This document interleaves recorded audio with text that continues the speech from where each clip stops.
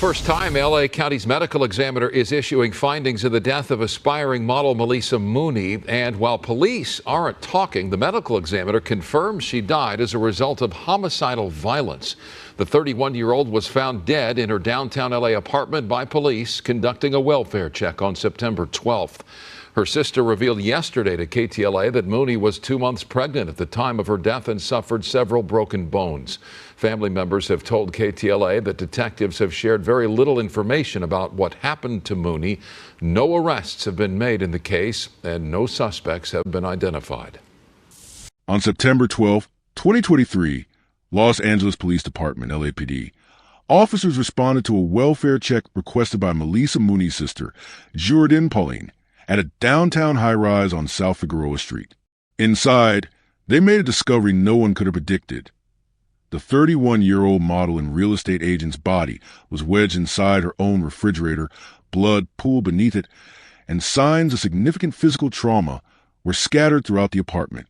What began as a missing persons concern quickly evolved into a homicide investigation, with investigators, including LAPD homicide detectives and forensic teams, piecing together surveillance footage, missing time gaps, and the scene inside the apartment, which suggested more than just a chance encounter gone wrong. Months later, law enforcement identified Magnus Daniel Humphrey as a suspect and charged him with her murder and torture, but key questions about motive, relationship dynamics, and the exact sequence of events remain at the center of an ongoing judicial process. New details now to a story we've been following from the beginning, the beating death of a model found stuffed inside the refrigerator in her Los Angeles apartment. A newly released autopsy report lists Maleesa Mooney's cause of death as homicidal violence, but does not include the specific injury that killed her. Correspondent Nancy Liu is live in downtown LA with more. Nancy, the autopsy contains some truly gruesome details about her death. You're right, Nicole, in particular that her body was inside a refrigerator, and the murder of Maleesa Mooney inside her apartment at this luxury apartment building triggered all kinds of fear and anxiety around here. The disturbing new details about her death, a chilling reminder that her killer is still out there. Confirmation of a highly unusual death by homicidal violence in the autopsy report aligns with the brutal details about the condition of Maleesa's body when I spoke with her sister. According to the newly released autopsy, they found Miss Mooney's body wedged inside the refrigerator with pooled blood beneath it. Her wrists were bound together, her ankles were bound together, and these bindings were tied to each other behind her back with miscellaneous electric cords and clothing items. I spoke with Maleesa's sister last month while she was making funeral arrangements. We have to have a closed casket. We can't even see her. The people at the mortuary don't even want us to see her because he said it's traumatic. The guy at the mortuary started crying for us because of that, how traumatic it is.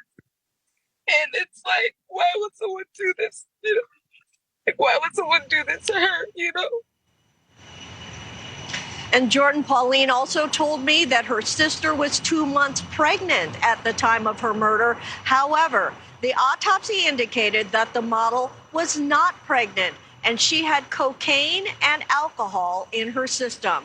Police are not saying whether they've identified a person of interest in the case.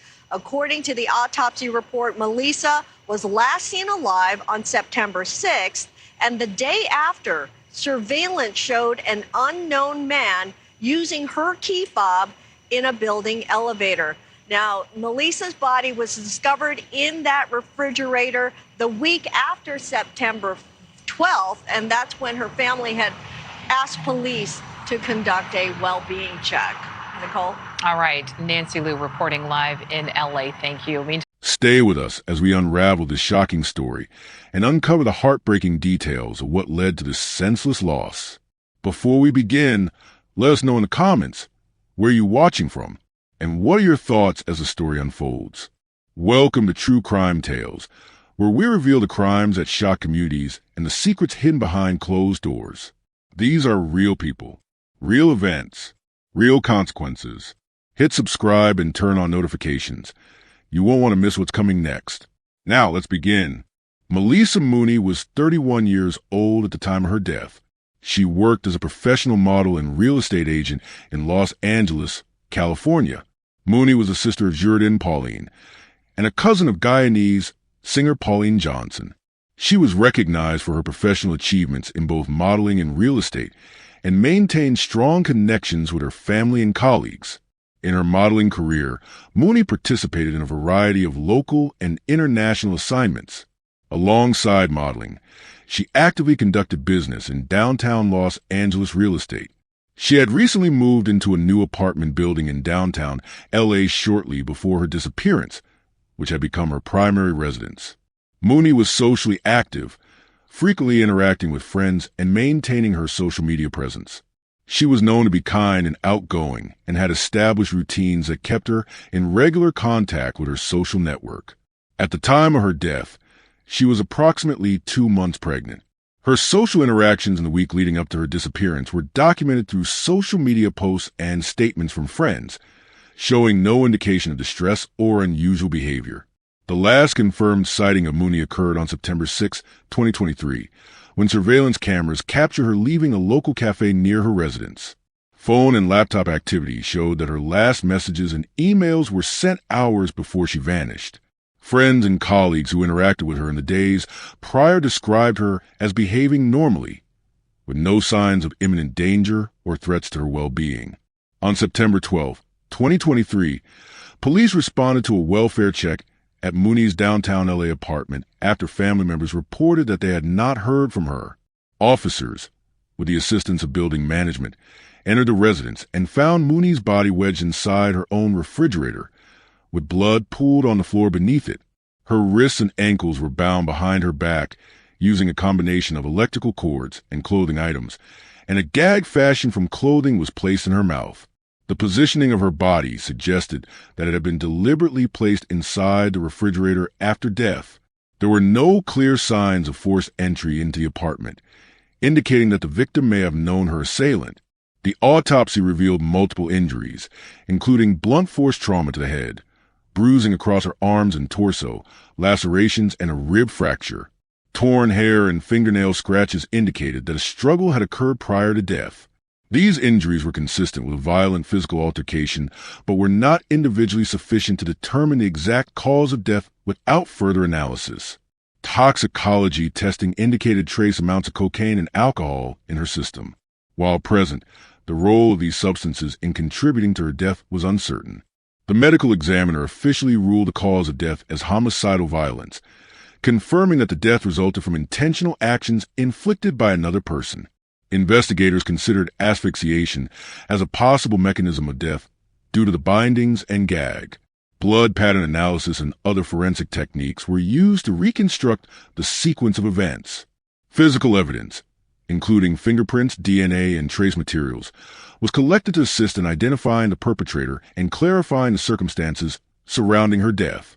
Following the discovery of the body, police launched a homicide investigation. They canvassed the neighborhood, reviewed surveillance footage from the building and surrounding areas, and conducted interviews with friends, neighbors, and building staff. Entry logs, key fobs, and electronic devices were collected for forensic analysis to determine who had accessed the apartment in the days leading up to the homicide. Investigators identified Magnus Daniel Humphrey as the primary suspect. He was located in Minnesota and arrested on an unrelated federal warrant before authorities connected him to Mooney's homicide. Humphrey was subsequently extradited to Los Angeles to face charges. Investigators reported that Mooney had allowed him to stay in her apartment in the days preceding her death. Security footage showed Humphrey entering and leaving the building using Mooney's key access, placing him in the apartment in the critical period before her disappearance. Phone communications between Mooney and Humphrey in the days leading up to her death indicated a personal relationship. Witness statements described the nature of the connection, including alleged patterns of obsession or controlling behavior. In February 2024, Humphrey was formally charged with murder and torture in connection with Mooney's death. He pleaded not guilty in court, and legal proceedings were initiated to adjudicate the case. Prosecutors stated that sufficient evidence existed to proceed to trial, and the case remains active in the California legal system. Investigators established that 31-year-old Maleesa Mooney and 43-year-old suspect Magnus Daniel Humphrey met only a short time before her death. Prosecutors presented evidence that Mooney and Humphrey became acquainted in early September 2023 through mutual contacts. According to testimony, Mooney was introduced to Humphrey at a Santa Monica bar by a friend who knew both individuals. The interactions occurred over a period of roughly 5 days, during which they were frequently seen together. Humphrey reportedly made statements claiming Mooney as his partner and suggested future plans such as marriage. Prosecutors characterized this pattern as possessive behavior emerging within a condensed time frame. Defense counsel disputed assertions of possessiveness and downplayed the duration and intensity of the relationship, noting the absence of direct eyewitness account of aggression prior to the homicide. The relationship between Mooney and Humphrey was a central focus of the prosecution's narrative during pretrial hearings.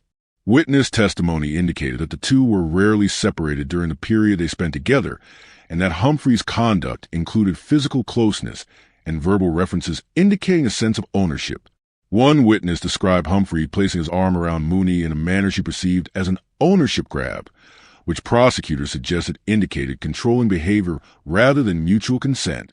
Prosecutors also highlighted text messages showing communication between Mooney and her friend about frustrations with Humphrey's financial contributions during their interactions, suggesting disputes over shared expenses.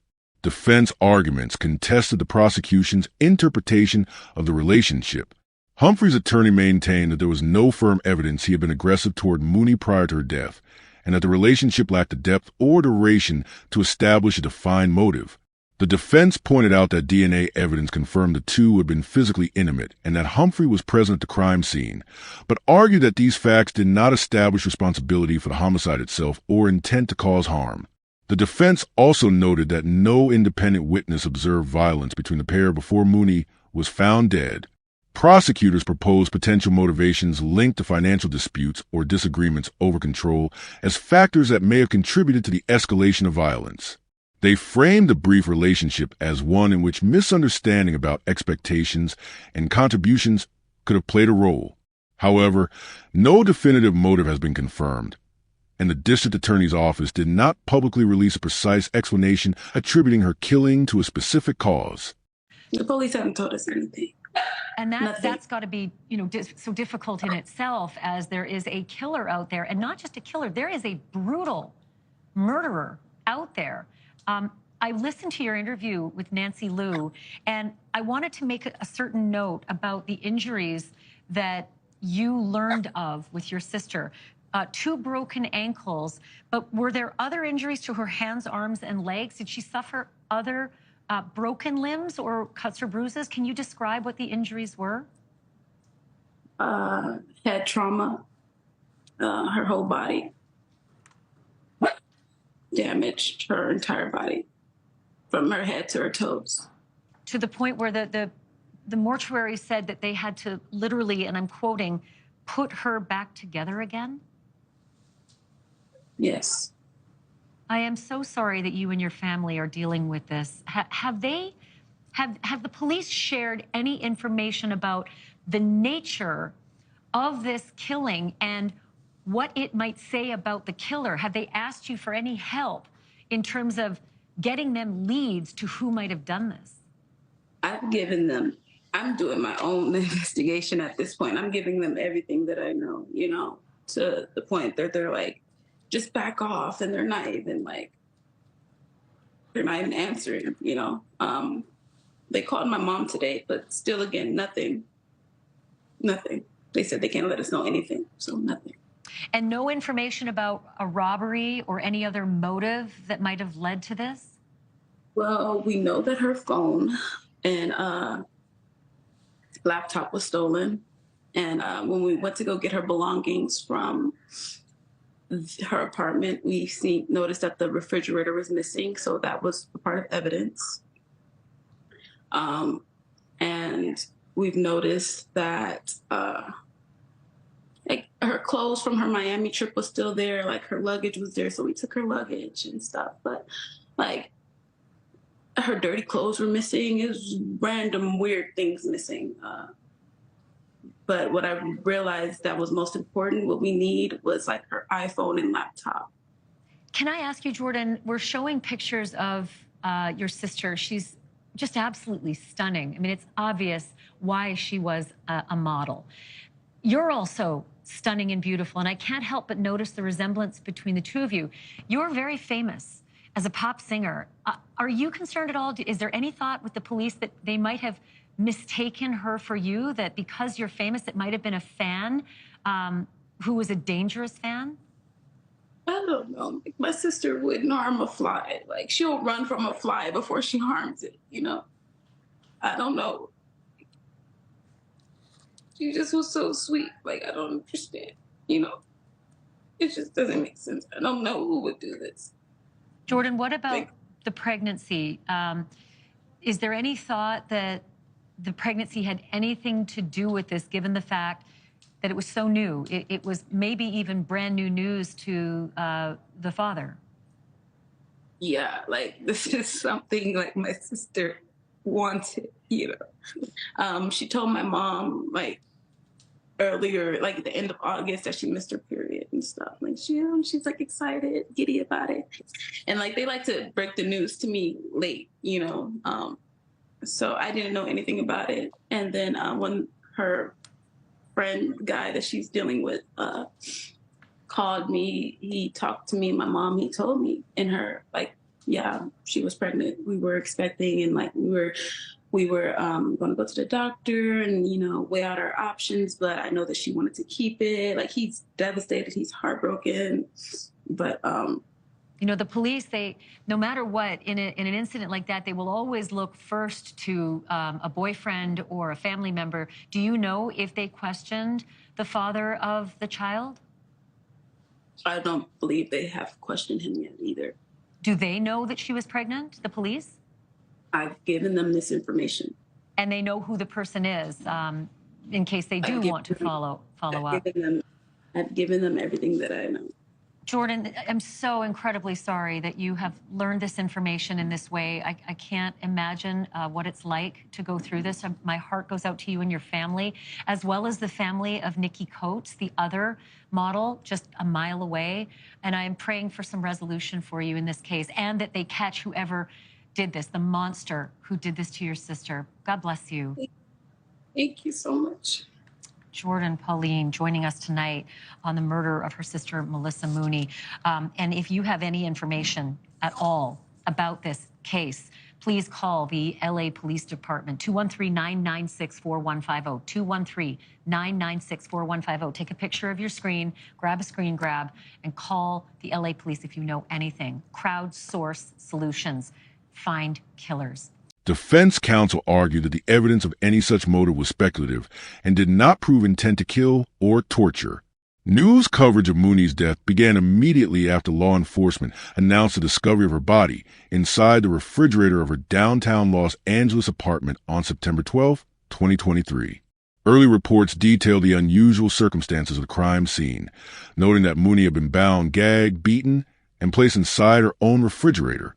The autopsy report revealed blunt force injuries and a coroner's ruling of homicidal violence. Many outlets reported on the shocking physical findings and a timeline of her last confirmed sighting on surveillance footage on September 6. National and local outlets also discussed the discovery of another model, Nicole Nikki Coates, found dead in a downtown apartment only 2 days prior to Mooney's discovery and within 3 miles of her residence. Initial reporting raised questions about potential connections between the two cases, but police and coroners later clarified that Coates' death was ruled accidental and not related to Mooney's homicide. Officials stated there was no evidence linking the two deaths. This clarification was included in subsequent coverage to prevent public inflation of separate investigations. The unique and graphic nature of Mooney's murder drew widespread public speculation across social media platforms. Users posted theories about potential motives, questioned investigative procedures, and debated whether the crime could have been linked to broader patterns of violence. Some commentary focused on perceived similarities or coincidences between Mooney's death and Coates' death, despite official confirmation of their unrelated nature.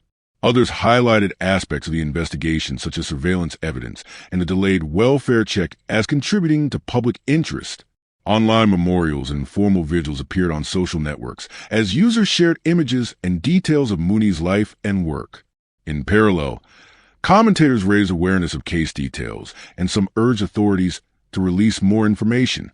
Amid these discussions, law enforcement and family members issued statements encouraging careful consumption of media reports and reminding the public that the investigation was ongoing. Those close to the victim emphasized reliance on official updates rather than speculation. The high-profile nature of Mooney's death and its unusual circumstances led to broader debates in media and online communities about personal safety in dating and short-term living arrangements. Commentators used the case to caution individuals about potential risks in introducing new acquaintances into personal living spaces, although authorities did not issue formal advisories on this basis. Family statements underscored the importance of allowing investigative processes to proceed without interference from unverified speculation. Investigators relied heavily on surveillance footage to reconstruct Mooney's final known movements and identify potential persons of interest. Video from her apartment complex confirmed her presence on September 6, the last verified time she was seen alive. Additional footage showed an unidentified male using Mooney's key fob to access the building elevator and carrying plastic bags into her unit in the days before her body was discovered by police. This helped establish a timeline of entry and exit to the apartment in the period immediately preceding the homicide. Forensic teams documented physical evidence at the crime scene that indicated signs of a violent encounter. Blood patterns were noted on the floor near the refrigerator, suggesting forceful movement or injury prior to her body being placed inside. Clumps of hair found in the apartment and in trash receptacles were consistent with a struggle. Binding materials consisting of electrical cords and pieces of clothing tied around her wrists and ankles suggested restraint. A gag fashioned from clothing was found in her mouth at the time of discovery. Bruising and abrasions on Mooney's face, neck, and torso were recorded in the autopsy. Coroner's findings described blunt force trauma in multiple regions of Mooney's body, but noted that these injuries in isolation were generally not considered acutely life-threatening. The medical examiner concluded that the manner of death was due to homicidal violence, and asphyxiation may have played a role, though no definitive specific mechanism of death was established. Toxicology reports found traces of cocaine in Mooney's system, but the role of substances in the fatal incident remained uncertain in the context of the extensive physical trauma and binding. Physical objects in the apartment, including items of clothing and potential bedding used in the restraint, were analyzed for fingerprints and DNA to establish points of contact with the suspect. Investigators also examined blood spatter and residue patterns to assess whether any attempt had been made to clean parts of the scene. The presence of items stained with dried blood and the distribution of those stains contributed to reconstructing movements within the apartment before and after the fatal encounter. One challenge for forensic interpretation was the lack of a clearly identifiable sequence of injuries that directly pinpointed the precise cause of death versus injuries sustained during a struggle prior to death. Distinguishing between marks indicative of pre-mortem physical confrontation and those potentially related to post-mortem placement in the refrigerator required meticulous analysis. Investigators also faced ambiguity in determining whether Mooney was alive when she was placed inside the refrigerator. These unresolved forensic nuances were noted in autopsy reports and contributed to areas of ongoing scrutiny as the case moved into the courtroom. The defendant in this case, Magnus Daniel Humphrey, is charged with the murder and torture of 31-year-old Maleesa Mooney, whose body was found bound, gagged, and placed inside her refrigerator in her downtown Los Angeles apartment in September 2023. The legal process in this case has progressed from arrest and arraignment through preliminary hearings, with critical evidence and testimony presented by both the prosecution and defense. The court has yet to complete all pretrial procedures, and key questions remain unresolved. The prosecution has presented multiple categories of evidence in support of the charges against Humphrey. This includes forensic evidence, surveillance records, and witness testimony intended to link the defendant to the crime and establish a pattern of behavior consistent with premeditation and extreme violence. Law enforcement identified Humphrey as the primary suspect and arrested him in Minnesota on an unrelated federal warrant before extraditing him to Los Angeles to face murder and torture charges. Evidence shown in court included surveillance footage placing Humphrey inside Mooney's apartment during the period before her disappearance and discovery. Prosecutors alleged that Humphrey was allowed to stay in Mooney's home during the days leading up to her death, a fact supported by building access logs and key fob records. Forensic analysts and detectives testified about the state of the crime scene. Photographs introduced into evidence showed Mooney's body inside her refrigerator with her wrists and ankles bound with cords and clothing, and a piece of clothing pushed several inches into her mouth. Medical examiner testimony indicated that Mooney suffered bruises, lacerations, and clumps of torn hair, suggesting violent altercations prior to her death. The medical examiner ruled the cause of death homicidal violence, likely due to asphyxiation, though it remains unclear whether she was alive when placed inside the refrigerator. Prosecutors also presented witness testimony aimed at establishing context for the relationship between Mooney and Humphrey. A witness testified that the pair had formed what she described as a brief but intense personal connection in the days before Mooney's disappearance, and that Humphrey had exhibited controlling behaviors. Prosecutors argued that this pattern supported the theory that the killing was not a spontaneous act, but cold, calculated, premeditated act of violence. The defense has challenged the prosecution's interpretation of the evidence and questioned the strength of the connection between Humphrey and the crime. In court filings and hearing statements, defense counsel described the evidence as insufficient to prove that Humphrey committed the killing, or that he acted with premeditation or intent to cause suffering. Defense arguments emphasize that no direct witness saw Humphrey commit the act of killing.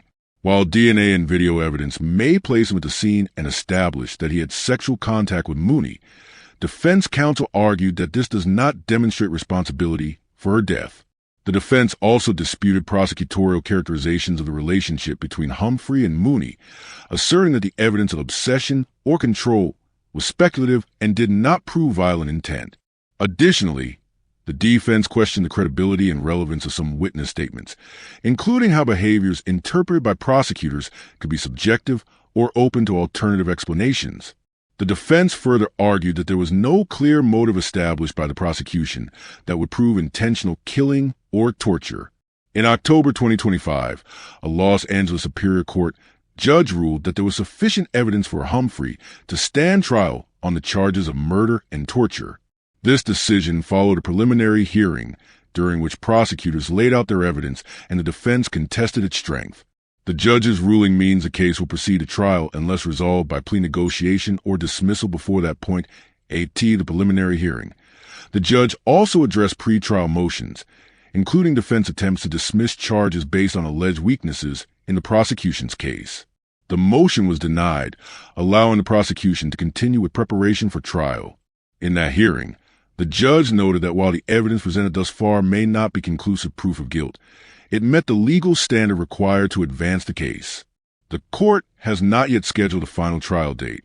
Pending decisions include whether the district attorney will seek the death penalty or pursue life imprisonment without parole. Prosecutors have indicated eligibility for capital punishment, but as of the most recent updates, the decision to pursue the death penalty remains unresolved. Despite the progression of legal proceedings, several key aspects of the case remain unresolved or unclear as the pretrial process continues. The underlying motive for the extreme violence inflicted on Mooney remains uncertain. Prosecutors have not definitively identified a motive, though they suggested that disputes arising during the brief relationship, potentially involving money or interpersonal conflict, may have contributed to the events leading to her death. However, this has not been formalized as part of the charges, and prosecution commentary on motive has been limited. The absence of fully established motive leaves open questions about what drove the violent encounter, whether financial disagreements, emotional states, or psychological factors played a role, and if additional evidence is required to clarify this aspect. Investigators and legal counsel have noted unresolved gaps in the precise timeline of events, exact timing of the assault, sequence of actions within the apartment, and the interval between Mooney's last confirmed sighting and her estimated time of death are subject of ongoing investigation. Surveillance footage and digital records help frame broad movements, but do not fully resolve the chronological sequence of the fatal encounter. Questions also persist about the activities of both Mooney and Humphrey in the hours immediately before the attack, including communications, movements, and interactions with others, which have not been fully reconstructed in public record. Additional forensic analyses remain possible as part of the ongoing legal process. Investigators may continue to analyze physical evidence, examine new technological data, or pursue additional witnesses and surveillance footage that could provide further clarity. Continued evidence development may occur leading up to the trial, influenced by prosecutorial strategy and defense inquiries. The legal and social dimensions of the Mooney case extend beyond the courtroom, raising questions about broader systemic issues and public discourse. This case highlights systemic concerns related to violence against women, including how interpersonal relationships with rapid escalation can lead to lethal outcomes. The extreme nature of the crime, involving binding, gagging, and placement of the victim in a confined space, underscores the severity of violent encounters that can occur within personal associations.